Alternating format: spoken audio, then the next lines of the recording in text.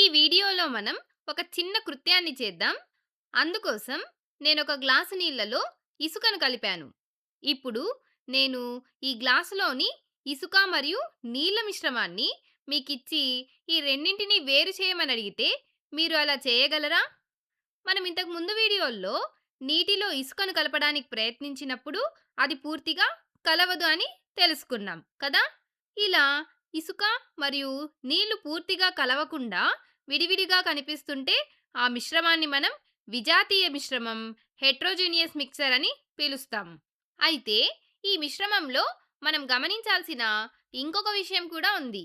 అదేంటంటే ఇక్కడ చూడండి, బరువైన ఇసుక రేణువులన్నీ గ్లాసు అడుగు భాగంలో పేరుకుపోయి ఉన్నాయి.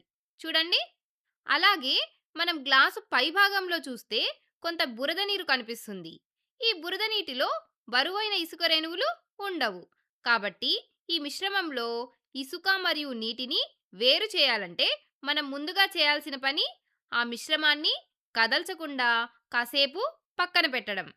ఇలా చేయడం వల్ల బరువైన ఇసుక రేణువులన్నీ అడుగున పేరుకుపోతాయి.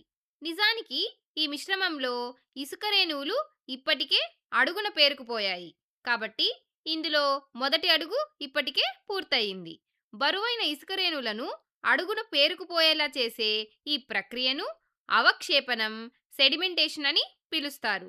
అడుగున పేరుకున్న ఈ ఇసుకను అవక్షేపం అంటే సెడిమెంట్ అంటారు. సరే, ఇప్పుడు మొదటి అడుగు పూర్తయింది కదా. మరి తర్వాత అడుగేంటి?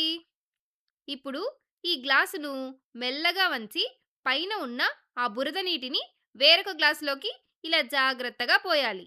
చూసారా? ఈ రెండవ గ్లాసులోకి కేవలం నీళ్లు మాత్రమే వచ్చాయి. బరువైన ఇసుక అంతా మొదటి గ్లాసులోనే ఉండిపోయింది. అయితే ఈ నీళ్లు ఇంకాస్త మసకగానే ఉన్నాయి. కాబట్టి ఇవి తాగడానికి పనికిరావు. ఇందులో ఉన్నటువంటి ఇంకా చిన్న చిన్న రేణువులను ఎలా తీయాలో మనం తర్వాత తెలుసుకుందాం. సరే, ఇప్పుడు మనం చేసిన ఈ పనిని గురించి తెలుసుకుందాం. మనం ఇంతకుముందు ఏం చేశాం? అడుగున ఉన్న ఘన పదార్థం డిస్టర్బ్ అవ్వకుండా పైన ఉన్న ద్రవ పొరను వేరు చేశాం కదా. ఇలా కరగని పదార్థం నుండి ద్రవాన్ని వేరు చేసే ఈ ప్రక్రియనే తేర్చడం, డీకాంటేషన్ అని అంటారు.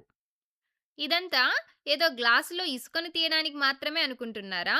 కానే కాదు. మనకు తెలియకుండానే మనం పెద్ద పెద్ద సమస్యలను పరిష్కరించడానికి కూడా ఇదే సూత్రాన్ని వాడుతాం. ఉదాహరణకు, సముద్రాల్లో చమురు అంటే ఆయిల్ కోసం డ్రిల్లింగ్ చేసేటప్పుడు ఒక్కోసారి పొరపాటున ఆ ఆయిల్ అంతా నీటిలో కలిసిపోతుంది. అప్పుడు ఆ సముద్రాన్ని ఎలా శుభ్రం చేస్తారో తెలుసా? మళ్ళీ మనం తేర్చడం పద్ధతి ద్వారానే శుభ్రం చేస్తాం. నీటి కంటే ఆయిల్ బరువు తక్కువ కాబట్టి అది పైన తేలుతుంది.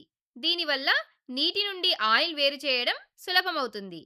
అడుగున పేరుకుపోయినటువంటి బరువైన ఇసుక రేణువుల నుండి చిన్న ఇసుక రేణువులు కలిసి ఉన్న నీటిని మనం ఎలా వేరు చేస్తామో ఇది కూడా అలాగే ఉంటుంది. మన గ్లాసులో ఇసుక కింద ఉంటే ఇక్కడ చమురు పైన ఉంటుంది. అంతే తేడా.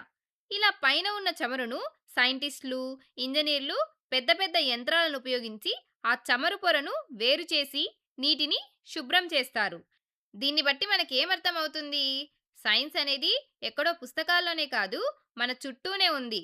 మనం నేర్చుకునే చిన్న చిన్న సూత్రాలే ప్రపంచంలో వచ్చేటువంటి పెద్ద పెద్ద సమస్యలకు పరిష్కారాలు చూపుతాయి.